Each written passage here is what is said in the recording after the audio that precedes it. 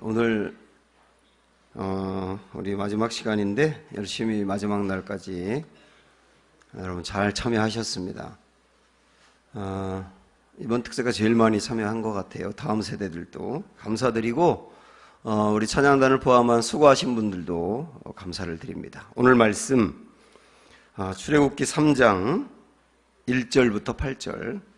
모세가 그의 장인 미디안 제사장 이드로의 양떼를 치더니 그 떼를 광야 서쪽으로 인도하여 하나님의 산 호렙에 이르매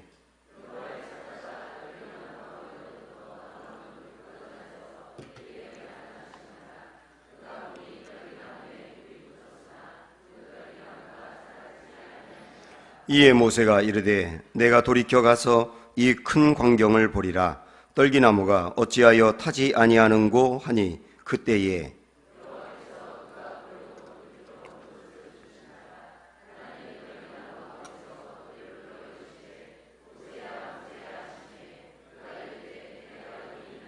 하나님이 이르시되 이리로 가까이 오지 말라. 네가 선 곳은 거룩한 땅이니 네 발에서 신을 벗어라.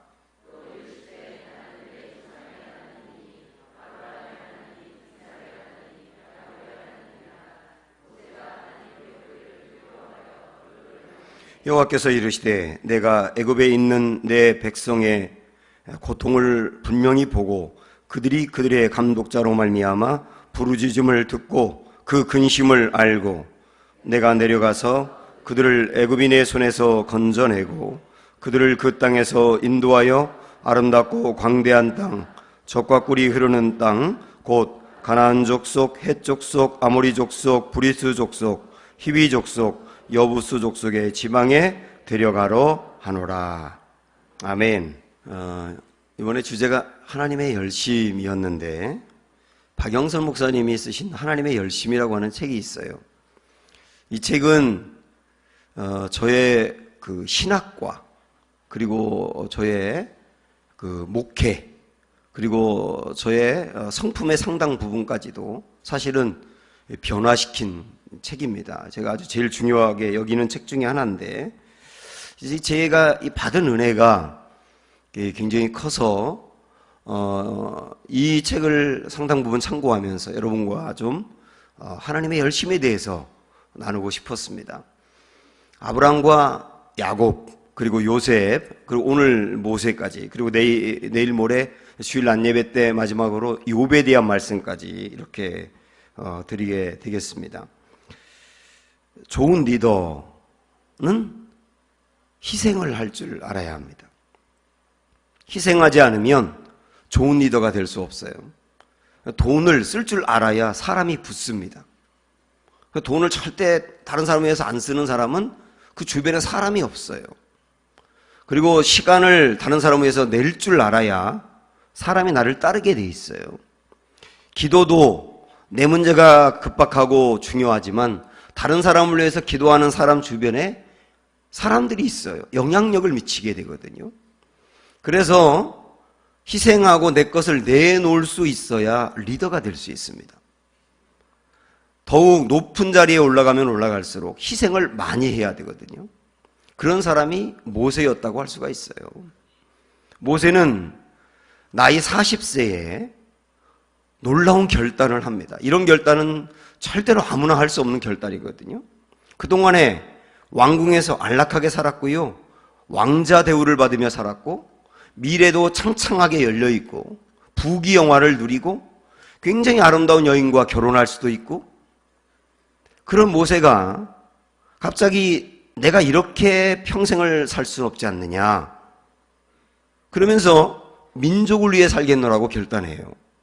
이거를 이제 히브리서 11장 25절 26절을 보니까 믿음으로 모세는 장성하여 공주의 아들이라 칭함받기를 거절하고 도리어 하나님의 백성과 함께 고난받기를 잠시 죄악의 낙을 누리는 것보다 더 좋아했다 이렇게 말씀합니다.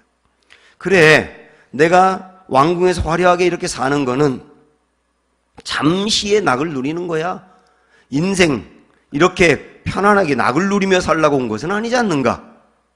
내 민족은 이렇게 무너져가고 있는데 내가 이렇게 있을 수는 없지 않는가 하고 결단한 겁니다. 그러면서 희생을 각오합니다. 기득권을 포기해요. 굉장히 위험한 길을 선택해요. 어쩌면 목숨을 잃을 수도 있어요. 근데 그 길을 결정했다고요. 놀라운 희생이에요. 참 중요하고 좋은 희생인데, 목표도 좋았는데, 그런데 하나님이 그 40세 모세를 받아들이지 않아요. 결국은 실패하게 되고 광야로 도망가서 40년을 생활하게 되지 않습니까? 목표는 좋았고 그가 가려고 하는 길은 좋았는데, 결정적인 문제는 뭐냐면 자기의 방법대로 하려고 하는 거예요. 자기의 힘으로 하려고 하는 겁니다. 그리고 자기의 성질대로 하려고 하는 거예요. 목표는 좋은데 자기 힘, 자기 방법, 자기 성질, 이것으로는 주님의 일을 할 수가 없는 거예요. 그래서 주님은 그가 가려고 하는 목표는 귀히 받지만 열정도 있고 패기도 있고 젊음도 있고 가진 것도 있는 것 맞지만, 그러나 그런 모습으로는 안 된다 해서 광야로 보내신 거예요. 그 40년을 거기서 훈련시킵니다. 어제도 우리가 요셉에 대해서 살펴보면서 말씀드렸지만, 하나님은 큰 작품을 만들어서 위대한 모습으로 쓰려고 한다면 훈련의 과정이 불가피하다는 거예요. 요셉에게 13년의 그 과정이었지만 모세에게는 40년의 광야 생활이었어요. 40년의 광야 생활을 우리가 정리하면서 어떻게 그가 훈련되었을까 이렇게 살펴보면, 일단 그는 거기서 굉장히 외롭습니다. 40년 동안 늘 화려하고 수많은 사람들이 있고 그리고 시끌시끌하고 그랬던 이 왕궁에서 벗어나 주변에 사람이 없고 양만 있고 염소만 있고 그러한 광야 생활을 하게 된 거예요. 그 외로움이 훈련이에요. 외로운 훈련을 하면서 그는 성품이 다듬어져요. 그 혈기가 죽습니다. 자기의 목표를 이루기 위해서 사람을 죽였잖아요. 엄청난 혈기가 있잖아요. 그 혈기로는 주님의 일을 못하거든요. 그 혈기가 죽어서 온유한 사람으로 바뀝니다. 그래서 하나님이 그랬지 않습니까? 나중에 모세를 보고 내가 세상에서 이렇게 온유한 사람을 본 적이 없다고요. 그게 다듬어진 거예요. 외로운 훈련을 하면서 그가 외로울 때 견딜 수 있는 능력이 생기는 거예요. 나중에 이스라엘 백성들을 이끌고 광야 생활을 하는 동안 이 백성들이 얼마나 말을 안 듣습니까? 말을 안 듣고요, 모세를 죽이려고 하고요, 비난하고요, 함께 모여서 데모를 일으키고요. 그럴 때마다 모세는 외로운 거예요, 지도자는. 그러나 그 외로움 때문에 무너지지 않아요. 훈련됐으니까요. 그 다음에 그는 외로운 훈련을 하면서 하나님과의 대화가 이루어진 거예요. 원래 시끌시끌한 곳에서는 주님과 깊은 대화가 안 되거든요. 근데 광야 생활하면서 이 양들을 치우면서 그때 하나님과의 깊은 교제와 대화가 이루어졌단 말이죠.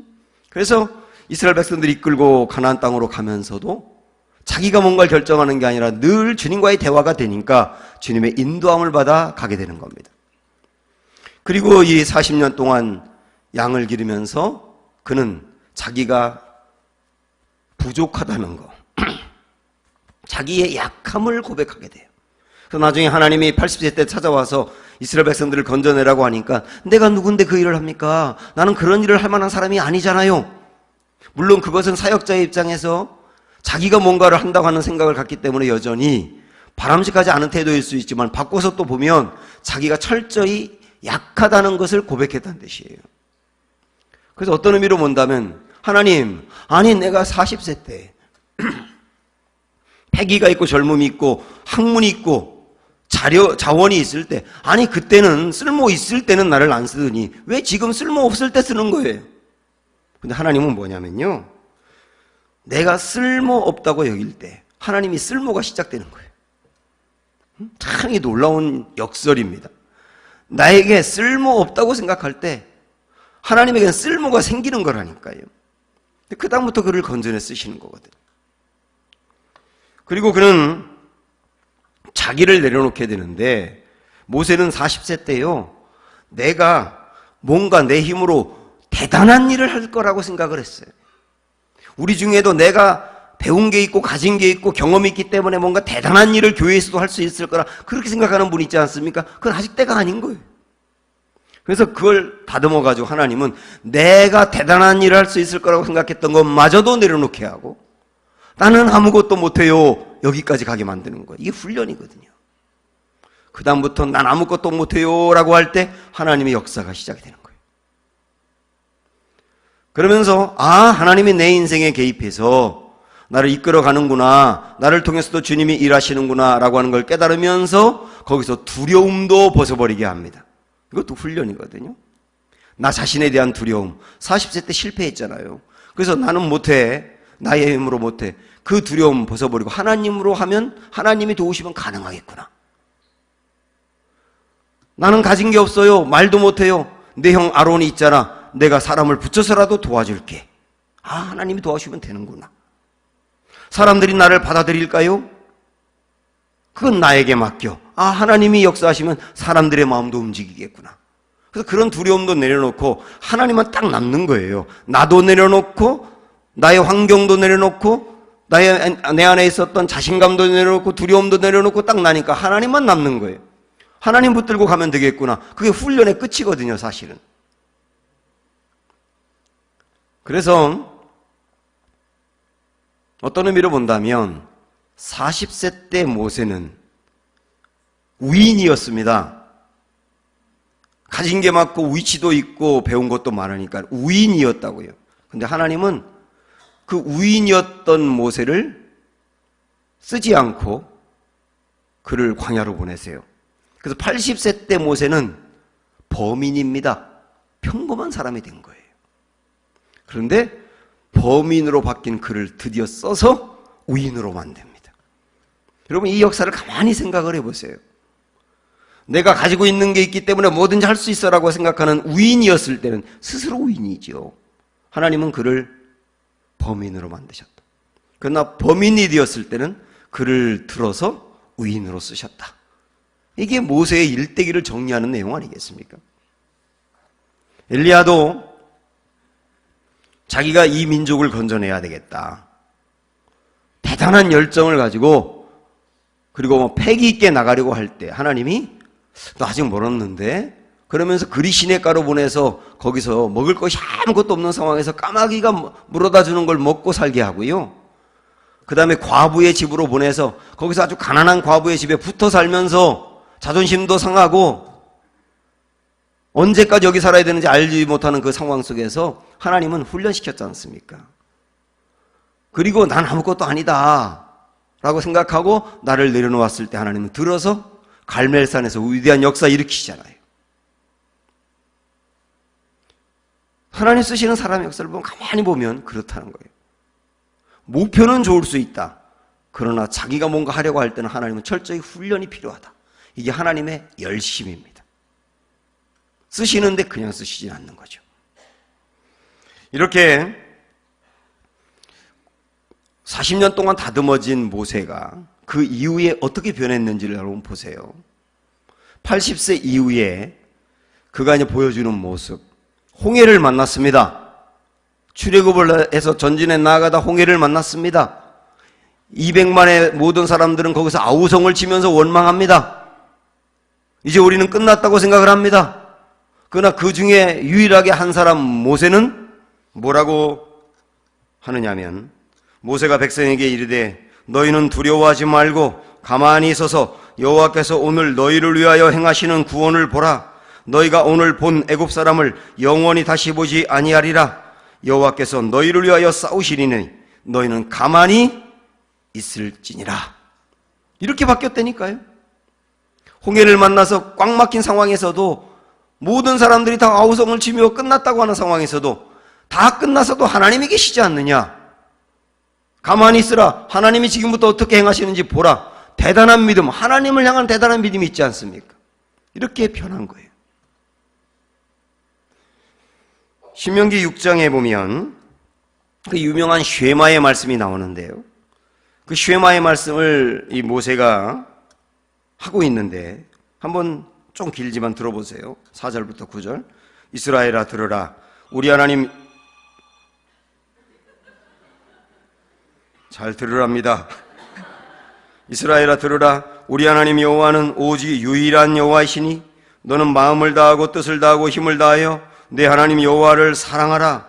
오늘 내가 내게 명하는 이 말씀을 너는 마음에 새기고 네 자녀에게 부지런히 가르치며 집에 앉았을 때에든지 길을 갈 때에든지 누워있을 때에든지 일어날 때에든지 이 말씀을 강론할 것이며 너는 또 그것을 내 손목에 매어 기호로 삼으며 내 미간에 붙여 표로 삼고 또 내 집 문설주와 바깥문에 기록할지니라.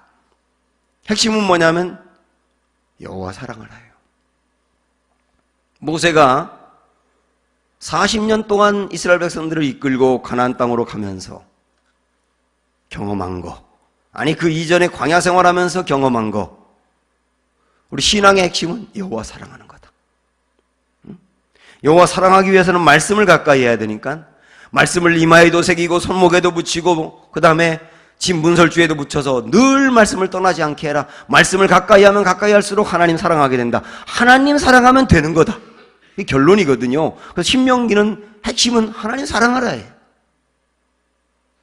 하나님 사랑하는 사람이 정말 된다면 문제될 거 없다는 거예요.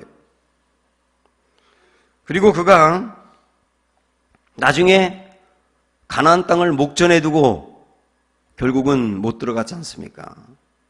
근데 하나님이 모세에게 너 가나안 땅 못 들어가. 물론 그가 혈기를 부리면서 자기가 뭔가 이스라엘 백성들에게 물을 주는 것처럼 교만했던 것 때문이긴 하지만 그럼에도 불구하고 그 죄 때문에 가나안 땅에 못 들어가 간다는 것은 너무 가혹하거든요. 너무 가혹하거든요. 근데 모세는 성경에 보면 거의 하나님께 따지지 않아요. 가나안 땅에 들어가게 해달라고 애원하지도 않아요. 물론 하나님의 말씀에 철저히 순종하는 사람이 되었기 때문에 그런 것도 있지만 이걸 어떻게 볼 수 있느냐면 여러분, 처음에 모세의 목표는 가나안 땅에 들어가는 거였어요. 그런데 이스라엘 백성들 데리고 가나안 땅에 들어가는 모든 과정에서 가장 중요한 것은 가나안 땅이 아니라 하나님과 함께하는 것이라는 것을 깨닫게 됐어요. 내가 설령 가나안 땅에 못 가도 하나님 품 안에 있는데 내 영혼이, 내가 여기서 죽더라도 내 영혼이 하나님 품 안에 있는데 하나님 품 안에 있으면 되는 거지. 그걸 받아들일 수 있는 거예요. 결국은 모세의 변화된 그 상태는 하나님을 사랑하고 하나님 품 안에 있으며 하나님과 교제하는 것을 가장 중요하게 여기고 그것으로 충분히 만족한다는 것. 결국은 거기까지 변화시킨 하나님의 열심이에요. 그래서 그렇게 변화시킨 모세를 하나님은 마음대로 쓰시지 않습니까? 사랑하는 여러분, 하나님을 알지 못하는 아브라함을 찾아가서 그를 불러내어 건져내시고 주저앉아 있을 때 포기하지 않으시며 결국은 믿음의 조상으로 쓰신 하나님, 지지리도 변화되지 아니하고 자기중심적이며 자기 인생의 주인이 자기 자신이었던 야곱을 포기하지 않고 다듬고 다듬어 결국은 변화시켜 쓰신 하나님, 그렇게 큰 잘못이 없음에도 불구하고 그를 위대한 사람으로 쓰기 위해서 고난의 13년을 허락하시며 훈련시킨 하나님, 그리고 자기중심적이고 자기의 힘으로 뭔가 할 수 있다고 생각하는 모세를 찾아가서 그를 광야로 보내셔가지고 다듬어 변화시켜 위대한 역사를 이루신 하나님, 그 하나님이 저와 여러분의 하나님이세요. 그래서 이 하나님은 이 열심으로 절대로 우리를 영원까지 포기하지 않으실 것입니다. 주저앉아 있는 여러분을, 죄 가운데 넘어져 있는 여러분을 버리지 않으실 것입니다. 그러나 변화시켜 다듬어 하나님의 역사를 위해서 쓰실 겁니다. 그러므로 하나님 앞에 우리 두 손 들고 항복하고, 주여 내가 여기 있으니 나를 다듬어 주의 역사를 위해서 써주세요. 평생토록 써주세요. 나이가 있다고 포기하지 말게 하시고, 나이가 있어도 그 모습대로 또 하나님 앞에 쓰임받게 하시고, 내가 배운 게 없다 하더라도 배우지 못했지만 그 모습대로 쓰임받게 하시고 하나님의 역사를 이룰 수 있는 위대한 사람이 되게 해주십시오. 이렇게 나를 온전히 맡기는 이번 특세가 되시기를 주님의 이름으로 축원합니다.